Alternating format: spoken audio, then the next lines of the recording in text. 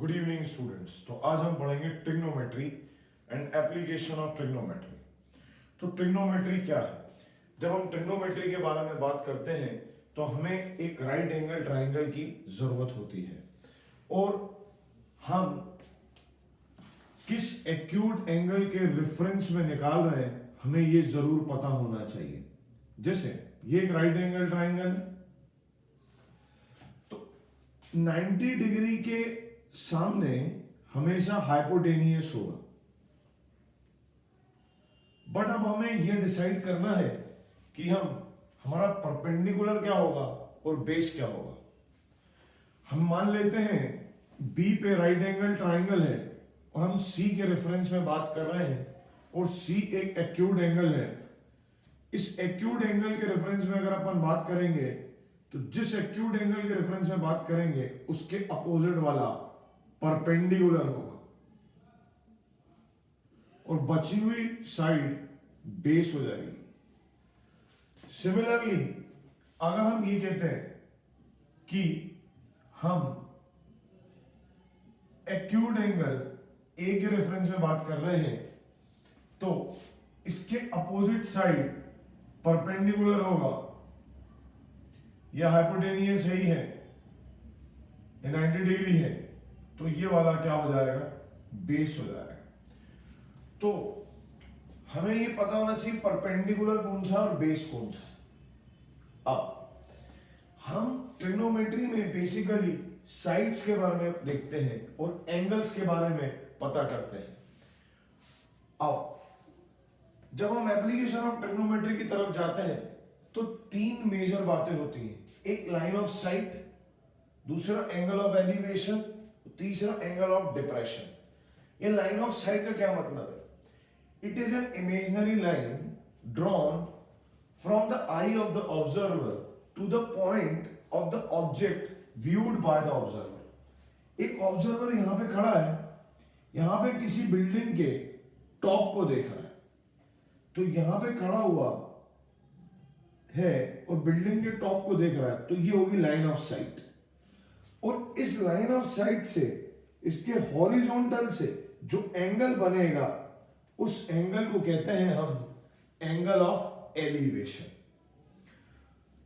It is the angle formed by the line of site with the horizontal when the object is above the horizontal. Object horizontal से ऊपर है तब हम उसको angle of elevation कहते हैं। Similarly ये एंगल बन रहा है angle of depression. Line of site और हॉरिजॉन्टल से बनने वाला एंगल ऑफ डिप्रेशन होता है, लेकिन हॉरिजॉन्टल के बिलो, इस हॉरिजॉन्टल के बिलो आएगा तब वो एंगल ऑफ डिप्रेशन कहलाएगा। वही डेफिनेशन लिखिए। अब कुछ बहुत इंपॉर्टेंट बातें समझते हैं।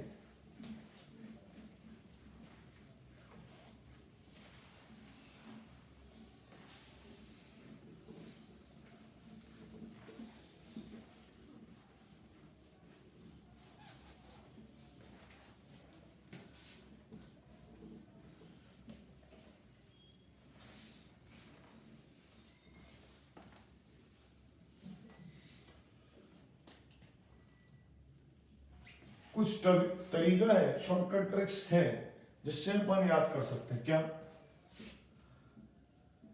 पंडित बद्री प्रसाद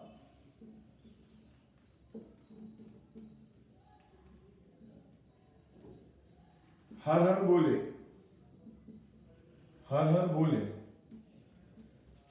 सोना चांदी तोले। तो पंडित से मतलब परपेंडिकुलर से, बदरी से मतलब है बेस से, फिर पंडित से मतलब है परपेंडिकुलर से, हर से मतलब है जहां हर एच आ जाएगा वहां हाइपोटेनियस, हाइपोटेनियस। बोले मतलब बेस, सोना मतलब साइन, चांदी मतलब कॉस और तोला मतलब टेन। और यहां पे अपन एक अपॉन का साइन लगा देंगे और यहां पे हम इक्वल्स टू लिख देंगे। तो यहां पे देखिए साइन होता है परपेंडिकुलर अपॉन हाइपोटेनियस, कॉस होता है बेस अपॉन हाइपोटेनियस वो tan होता है परपेंडिकुलर अपॉन बेस।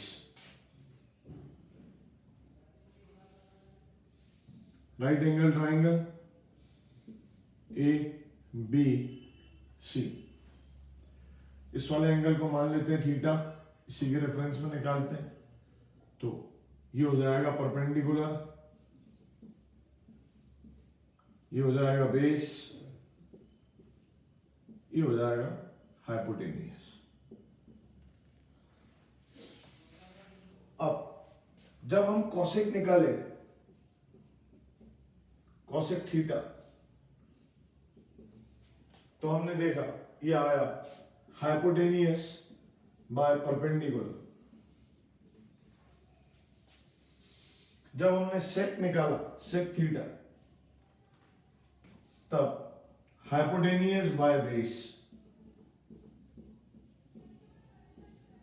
जब कॉट थीटा निकाला, तब हमने देखा यह है बेस बाय परपेंडिकुलर। तो यहां से हमें कंक्लूजन पे आया कॉसेक और साइन के बीच में क्या रिलेशन होता है। Sine theta is equal to 1 upon cosec theta, invert होते हैं आपस में। Cos theta is equal to 1 upon sec theta. Tan theta equals to 1 by cot theta. Right, अब हमें एक टेबल याद होना चाहिए, साइन 30 डिग्री या cos 45 degree, tan 30 degree, tan 60 degree, इसकी वैल्यूज। तो उसकी भी एक ट्रिक है।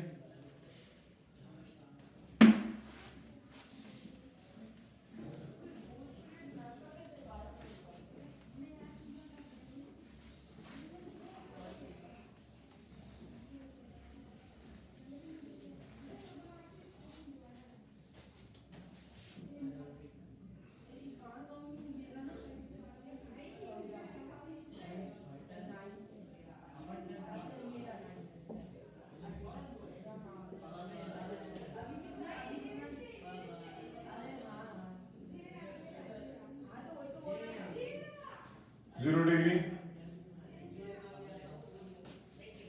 30 डिग्री, 45, 60 डिग्री एंड 90 डिग्री। अब इसको कैसे करेंगे? तरीका है 0, 1, 2, 3, 4। 0, 1, 2, 3, 4 लिख देंगे, फिर हम 4 से उठा के डिवाइड कर देंगे,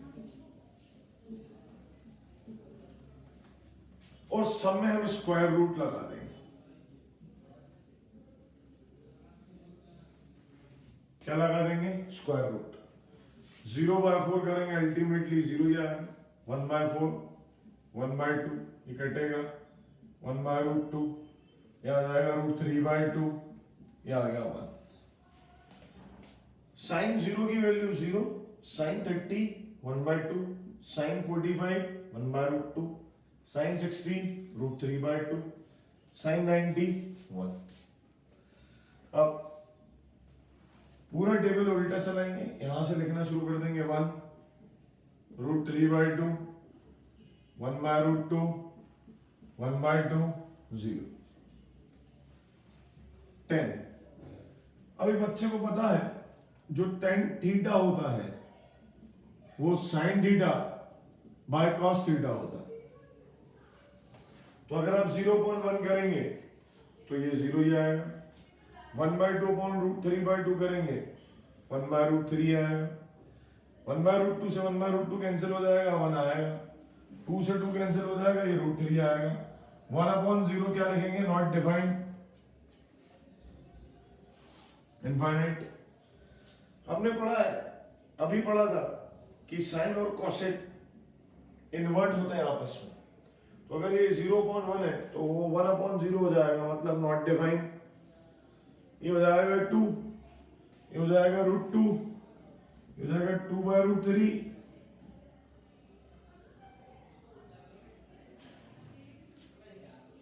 और ये हो जाएगा 1। उसी तरह से हम सेक की वैल्यू निकाल लेंगे। ये हो जाएगा 1, ये हो जाएगा 2/√3, ये हो जाएगा √2, ये हो जाएगा 2, ये हो जाएगा not defined. Next cot 0, 1/0, not defined, √3, 1, 1/√3, 0। Now ये बहुत इंपॉर्टेंट टेबल है। इसके बाद हम ट्रिग्नोमेट्रिक आइडेंटिटीज की तरफ बढ़ेंगे, तो बहुत इंपॉर्टेंट है।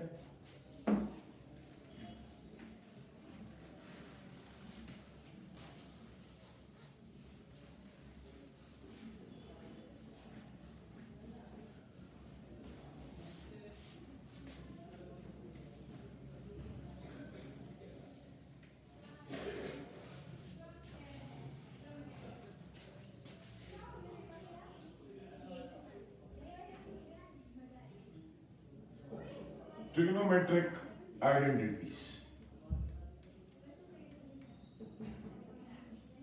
हम कहते हैं sine square theta plus cos square theta equal to 1। बिल्कुल होता है। कैसे? अब इसका प्रूफ है ए बी सी, ये थीटा, परपेंडिकुलर, ये बेस, ये हाइपोटेन्यूस। साइन थीटा मालूम है परपेंडिकुलर अपॉन हाइपोटेन्यूस का square, cos theta base upon hypotenuse का स्क्वायर, हमने एलएचएस लिया है। परपेंडिकुलर का स्क्वायर, हाइपोटेन्यूस का स्क्वायर प्लस बेस का स्क्वायर बाय हाइपोटेन्यूस का स्क्वायर। सिंपली एलसीएम ले लेंगे, हाइपोटेन्यूस का स्क्वायर याद आएगा, परपेंडिकुलर का स्क्वायर प्लस बेस का स्क्वायर। अब बाय पाइथागोरस थ्योरम हम जानते हैं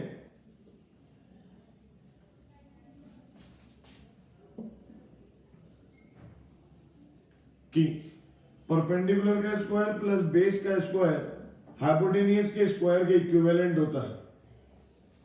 तो यहां पे परपेंडिकुलर का स्क्वायर प्लस बेस का स्क्वायर की जगह पे अपन लिख सकते हैं हाइपोटेन्यूस का स्क्वायर बाय हाइपोटेन्यूस का स्क्वायर, राइट। हाइपोटेन्यूस के स्क्वायर से हाइपोटेन्यूस का स्क्वायर कैंसिल हो जाएगा, ये सिंपली आ जाएगा कितना 1। पहली आइडेंटिटी। दूसरी आइडेंटिटी देखते हैं।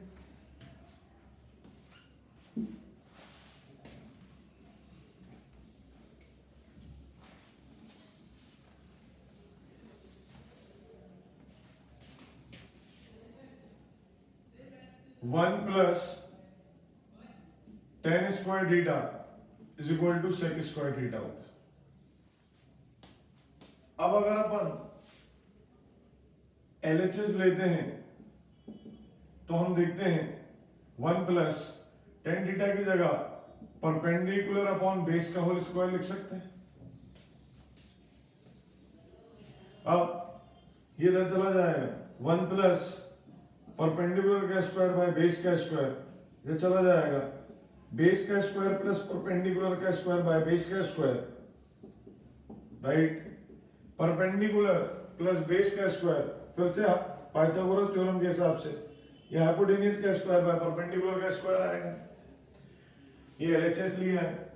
वहीं पे दोस्तों अगर अपन आरएचएस लेके देखते हैं तो आएगा ये सेक थीटा, ठीक है। तो हम जानते हैं जो सेक थीटा होता है वो क्या होता है, हाइपोटेन्यूस बाय बेस का स्क्वायर। तो इससे यहां पे ये प्रूव हो गया एलएचएस इक्वल टू क्या, आरएचएस। तो ये आइडेंटिफाई वेरीफाइड हो गई। तीसरी आइडेंटिटी है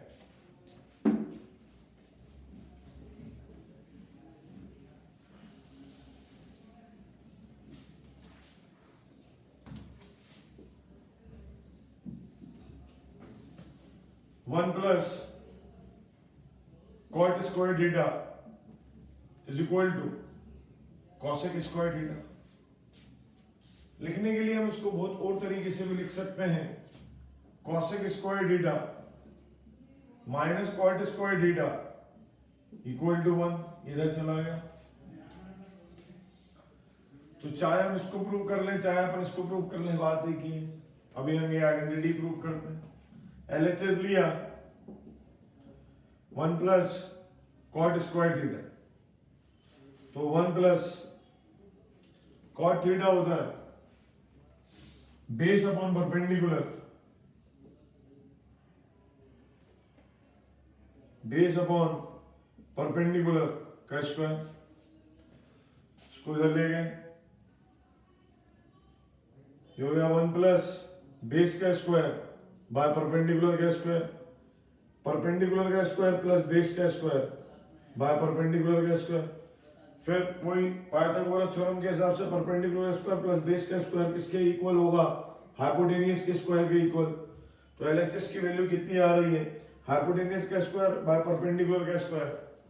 उसी तरह से हम जानते हैं कॉसेक स्क्वायर थीटा, अगर हम कॉसेक थीटा की बात करें तो कॉसेक थीटा होता है हाइपोटेनियस बाय परपेंडिकुलर का square, right.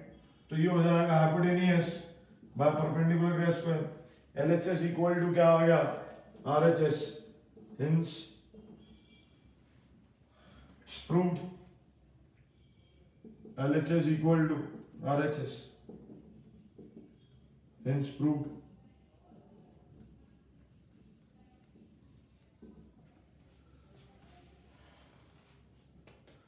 Now this is very useful, ठीक है, thank you.